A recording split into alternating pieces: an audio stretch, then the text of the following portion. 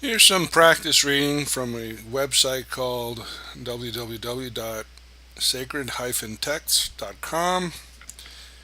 And this book is about Tao Te, Tao Te Ching.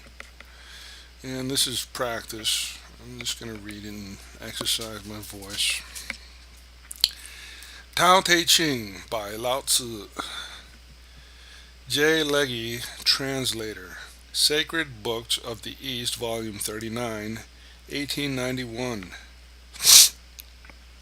The Tao that can be trodden is not the enduring and unchanging Tao.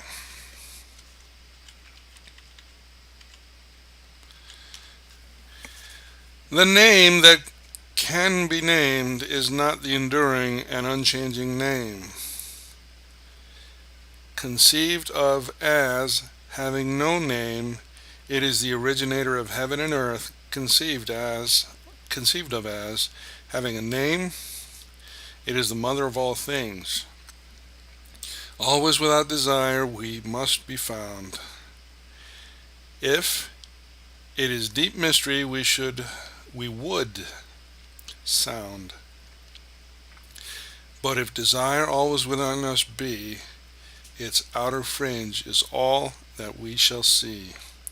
Under these two aspects, it is really the same.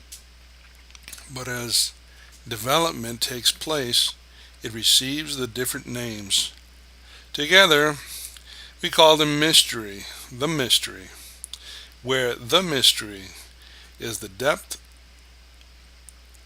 is the gate of all that is subtle and wonderful. 2. All in the world known the beauty of the beautiful, and in doing this they have the idea of what ugliness is. They all know the skill of the skillful, and in doing this they have the idea of what want of skill is. So, it is that existence and non-existence give birth the one to the idea of the other, that difficulty and ease produce the one, the idea of the other, that length and shortness fashion out the one, the figure of the other, and that the ideas of height and lowness arise from the contrast of the one with the other, that the musical notes and tones become harmonious through the relations of one with another. Therefore, the sage manages affairs without doing anything and conveys his instructions without the use of speech. All things spring up, and there is not one which declines to show itself. They grow, and there is no claim made for their ownership. They go through their processes, and there is no exception of a reward for the results. The work is accomplished, and there is no resting in it as an achievement. The work is done, but how no one can see. 'Tis this that makes the power not cease to be. Number 3. Not to value and employ men of superior ability is the way to keep the people from rivalry among themselves. Not to prize articles which are difficult to procure is the way to keep them from becoming thieves. Not to show them what is likely to excite their desires is the way to keep their minds from disorder. Therefore, the sage, in the exercise of his government, empties their minds, fills their bellies, weakens their wills, and strengthens their bones. He constantly tries to keep them without knowledge and without desire. And where there are those who have knowledge, to keep them from presuming to act on it. When there is this abstinence from action, good order is universal. Number 4. The Tao is like the emptiness of a vessel, and in our employment of it we must be on our guard against all fullness. How deep and fathomable it is, and if it were the honored ancestor of all things, we should blunt our sharp points and unravel the complications of things. We should attemper our brightness and bring ourselves into agreement with the obscurity of others. How pure and still the Tao is, as if it would ever so continue. I do not know whose son it is.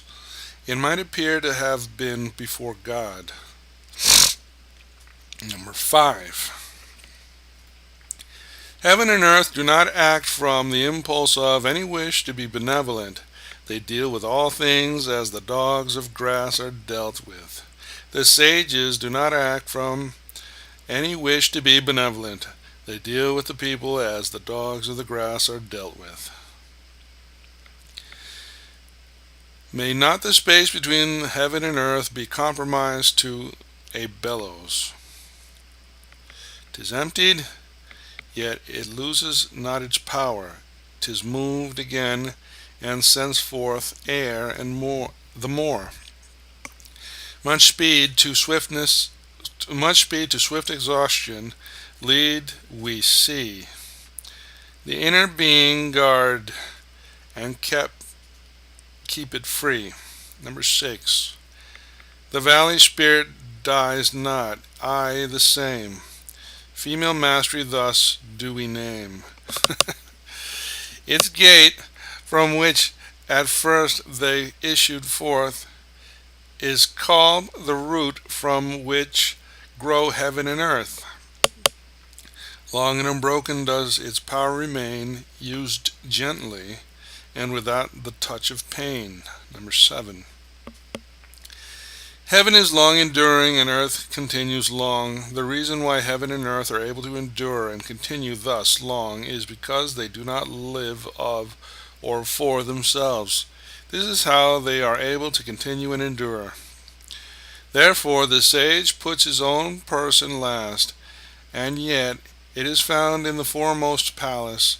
He treats his person as if it were foreign to him, and yet that person is preserved. It is not because he has no personal and private ends, and therefore such ends are realized. Number 8. The highest excellence is like that of water. The excellence of water appears in its benefiting all things, and in its occupying without striving. To the contrary, the low place which all men dislike, hence its way is near to that of the Tao. The excellence of a residence is in the suitability of the place. That of the mind is in abysmal stillness. That of associations is in their being with the virtuous. That of government is in its securing good order. That of conduct of affairs is in its ability, and that of the initiation of any movement is in its timeliness. And when one of the highest excellence does not wrangle about his low position, no one finds fault with him. Number 9. It is better to leave a vessel unfilled than to attempt to carry it when it is full. If you keep feeling a point that has been sharpened, the point cannot long preserve its sharpness. When gold and jade fill the hall, the possessor cannot keep them safe. When wealth and honors lead to arrogancy, this brings its evil on itself. When the work is done, and one's name is becoming distinguished, to withdraw into obscurity is the way of heaven. Number 10. When the intelligent and animal souls are held together in one embrace, they can be kept from separating. When one gives undivided attention to the vital breath and brings it to the utmost degree of pliancy, he can become as a tender babe. When he has cleansed away the most mysterious sights of his imagination, he can become without a flaw. In the loving of the people and ruling the state cannot be proceeded without any purpose of action. In the opening and shutting of his gates of heaven cannot he do so as a female bird. While his intelligence reaches in every direction, cannot he appear to be without knowledge. The Tao produces all things and nourishes them. It produces them and does not claim them as its own. It does all and yet does not boast of it. It proceeds over all and yet does not control them. This is what is called the mysterious quality of the Tao. Number 11. The 30 spokes unite in the one nave, but it is on the empty space for the axle that the use of the wheel depends. Clay is fashioned into vessels, but it is on their empty hollowness that their use depends. The door and window are cut out from the walls to form an apartment, but it is on the empty space within that its use depends. Therefore, what has a positive existence serves for profitable adaptation, and what has not that for actual usefulness. 12. Colors, 5 hues, the eyes their sight will take. Music's 5 notes, the ears as deaf can make. The flavors 5 deprive the mouth of taste. The chariot's course and the wild hunting waste make mad the mind, and objects rare and strange, sought for man's conduct will the evil change. Therefore the sage seeks to satisfy the craving of the belly and not the insatiable longing of the eyes. He puts from him the latter and prefers to seek the former. Number 13. Favor and disgrace would seem equally to be feared. Home and great calamity to be regarded as personal conditions of the same kind. What is meant by speaking thus of favor and disgrace? Disgrace is being in a low position after the enjoyment of favor. The getting that favor leads to the apprehension of losing it, and the losing it to the fear of still greater calamity. This is what is meant by saying that favor and disgrace would seem equally to be feared. And what is meant by saying that honor and great calamity are to be similarly regarded as personal conditions. What makes me liable to great calamity is my having the body, which I call myself. If I had not the body, what greater calamity could come to me? Therefore he who would administer the kingdom, honoring it as he honors his own person, may be employed to govern it, and he who would administer it with the love which he bears his own person may be entrusted with it. Number 14. We look at it and we do not see it. We name it the equable. We listen to it. We do not hear it. We name it the inaudible. We try to grasp it. We do not get hold of it. And we name it the subtle. With these 3 qualities, it cannot be made the subject of description, and hence we blend them together and obtain the one. Its upper part is not bright, and its lower part is not obscure. Ceaseless in its actions, it yet cannot be named, and then again returns and becomes nothing. This is called the form of the formless. Excuse me. And the semblance of the invisible. This is called the fleeting and indeterminable. We meet it and do not see its front. We follow it and do not see its back. We can lay hold of the Tao of old to direct the things of the present day, and are able to know it as it was of old in the beginning. This is called unwinding the clue of Tao. 15. The skillful masters of the Tao in old times, with a subtle and exquisite penetration, comprehend its mysteries, and were deep also, so as to elude men's knowledge. As they were thus beyond men's knowledge, I will make an effort to describe what sort they appeared to be. Shrinking looked like those who wade through a stream in winter, irresolute like those who are afraid of all around them, grave like a guest in awe of his host, evanescent like ice that is melting away, unpretentious like wood that has not been fashioned into anything, vacant like a valley, and dull like muddy water. Who can make the muddy water clear? Let it be still, and it will gradually become clear. Who can secure the condition of rest? Let movement go on, and the condition of rest will gradually arise.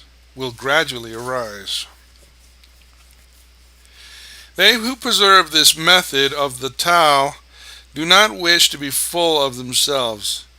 It is through their not being full of themselves that they can afford to seem worn and not appear new and complete.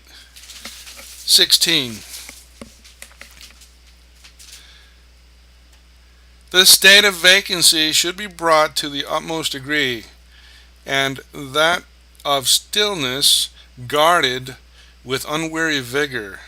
All things alike go through their processes of activity, and then we see them return to their original state. When things in the vegetable world have displayed their luxuriant growth, we see each of them return to its root.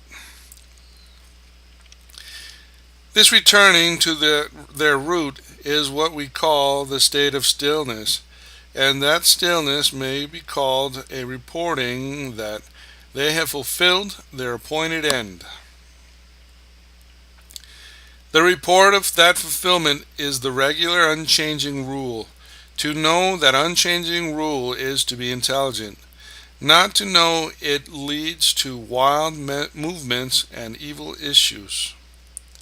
The knowledge of that unchanging rule produces a grand capacity and forbearance, and that capacity and forbearance lead to a community of feeling with all things. From this community of feeling comes a kingliness of character, and he who is king-like goes on to be heaven-like, and in that likeness to heaven he possesses the Tao. Possessed of the Tao, he endures long, and to the end of his bodily life is exempt from all dangers of decay. Number 17. In the highest antiquity, the people did not know that there were their rulers. In the next age, they loved them and praised them. In the next, they feared them. In the next, they despised them.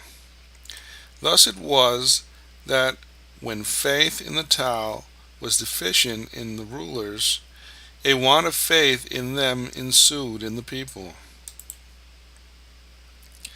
How irresolute did those early rulers appear, showing by their reticence the importance when they set upon their words. Their work was done, and their undertakings were successful, while the people all said, "We are as we are of ourselves." 18. When the great Tao way or method ceased to be observed, benevolence and righteousness came into vogue. Then appeared wisdom and shrewdness, and there ensued great hypocrisy. When harmony no longer prevailed throughout the six kinships, filial sons found their manifestation. When the state and clans fell into disorder, loyal ministers appeared. 19. If we could renounce our sageness and discard our wisdom, it would be better for the people 100-fold if we could renounce our benevolence and discard our righteousness. The people would again become filial and kindly. We could renounce our artful contrivances and discard our scheming for gain. There would be no thieves nor robbers. Those three methods of government, thought olden ways in elegance, did fail, and made these names their want of worth to veil. But simple views and courses, plain and true, would selfish ends and many lusts eschew. Number 20. When we renounce learning, we have no troubles, the ready yes and the flattering yea. Small is the difference they display, but mark their issues good and ill, what space of gulf between shall fill? What all men fear is indeed to be feared, but how wide and without end is the range of questions asking to be discussed. The multitude of men look satisfied and pleased, as if enjoying a full banquet, as if mounted on a tower in spring. I alone seem listless and still, my desires having as yet given no indication of their presence. I am like an infant which has not yet smiled. I look dejected and forlorn, as I had no home to go to. The multitude of men all have enough and to spare. I alone seem to have lost everything. My mind is that of a stupid man. Ha ha ha. I am in a state of chaos. Ordinary men look bright and intelligent, while I alone seem to be benighted. They look full of determination, while I am dull and confused. I seem to be carried about as on the sea, drifting as if I had nowhere to rest. Flotsam and jetsam. All men have their spheres of action, while I alone seem dull and incapable, like a rude borderer. Thus I alone am different from other men. But I value the nursing mother, the Tao.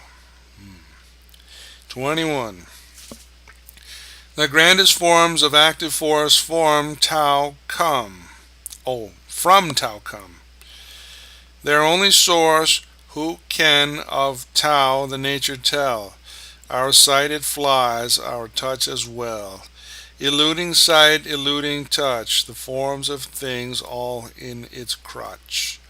Eluding touch, eluding sight, there are their semblances all right. Profound it is, dark and obscure, things' essences all there endure. Those essences the truth unfold, of what, when seen, shall then be told. Now it is so, 'twas so of old, its name, what passes not away. So in their beautiful array, things form and never know decay. How know I that it is so with all the beauties of existing things, by this nature of the Tao. Number 22. The partial becomes complete, the crooked straight, the empty full, the worn out new. He whose desires are few gets them, he whose desires are many goes astray. Therefore the sage holds in his embrace the one thing of humility, and manifests it to all the world. He is free from self-display, and therefore he shines, from self-assertion, and therefore he is distinguished, from self-boasting, and therefore his merit is acknowledged, from self-complacency, and therefore he acquires superiority. It is because he is thus free from striving that therefore no one in the world is able to strive with him. That saying of the ancients that the partial becomes complete was not vainly spoken. All real completion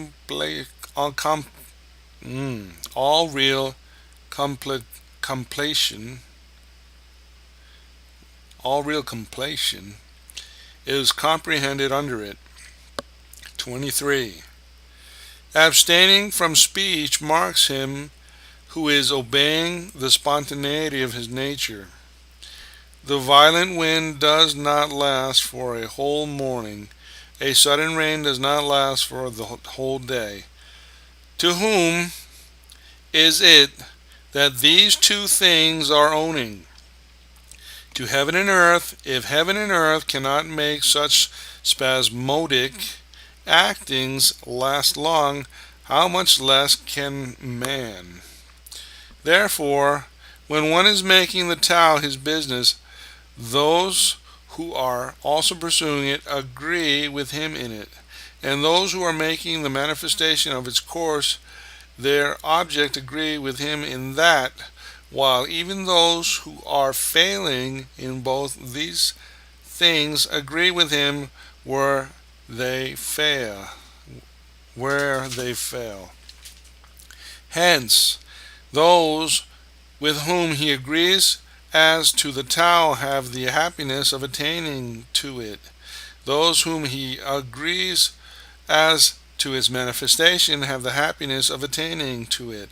And those with whom he agrees in their failure have also the happiness of attaining the Tao. But when there is not faith sufficient on his part,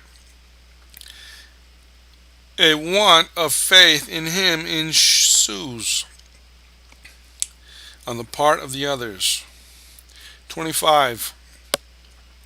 He who stands on his tiptoes does not stand firm. He who stretches his legs does not walk easily. So he who displays himself does not shine. He who asserts his own views is not distinguished. He who vaunts himself does not find his merit acknowledged. He who is self-conceited has no superiority allowed to him. Such conditions viewed from the standpoint of the Tao are like remnants of food, or a tumor on the body which all dislike. Hence, those who pursue, of course, of the Tao do not adopt and allow them. 25. There was something undefined and complete coming into existence before heaven and earth. How still it was and formless, standing alone, and undergoing no change, reaching everywhere, and in no danger of being exhausted. It may be regarded as the mother of all things. I do not know its name, but I give it the designation of the Tao, the way of course. Making an effort further to give it a name, I call it the Great. Great, it passes on in constant flow. Passing on, it becomes remote. Having become remote, it returns. Therefore the Tao is great. Heaven is great. Earth is great. And the sage king is also great. In the universe there are four that are great. and the sage king is one of them. Man takes his law from the earth takes its law from heaven. Heaven takes its law from the Tao. The law of the Tao is its being what it is.